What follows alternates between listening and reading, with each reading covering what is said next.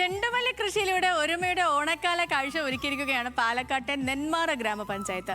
ഓണവിപണി ലക്ഷ്യമിട്ട് നെന്മാറ പഞ്ചായത്തും കൃഷിഭവനും ചേർന്ന് നടപ്പിലാക്കിയ പദ്ധതിയാണ് ഓണത്തിന് ഒരു കുടപ്പൂവ്. പഞ്ചായത്തിലെ വിവിധ ഇടങ്ങളിലായാണ് കർഷകർ ചെണ്ടുമല്ലി കൃഷി ചെയ്തത്.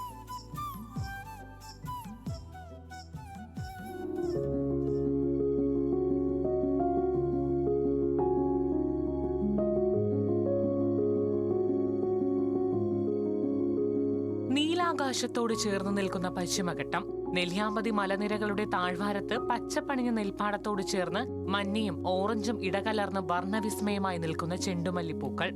ചിങ്ങപ്പുലരിയെ വരവേൽക്കാൻ ചെണ്ടുമല്ലികൾ പൂത്തുലഞ്ഞു.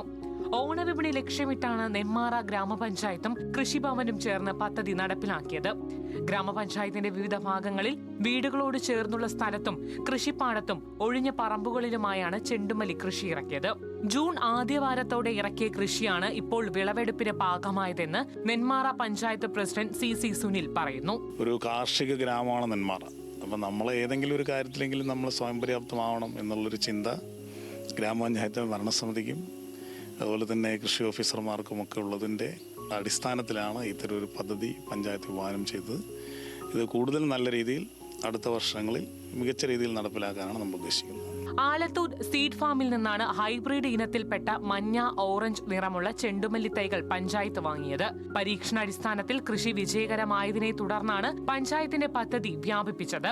3 ലക്ഷം രൂപ ചിലവഴിച്ച് 16 ഏക്കർ സ്ഥലത്ത് 80,000 തൈകൾ വെച്ചുപിടിപ്പിച്ചു. പഞ്ചായത്തിലെ വിവിധ കർഷകരാണ് കൃഷി ചെയ്യുന്നത്. ഓണത്തിന് മുമ്പേ തന്നെ പൂവായി. വില ഇപ്പത്തിരി തീരെ കമ്മിയാണ്.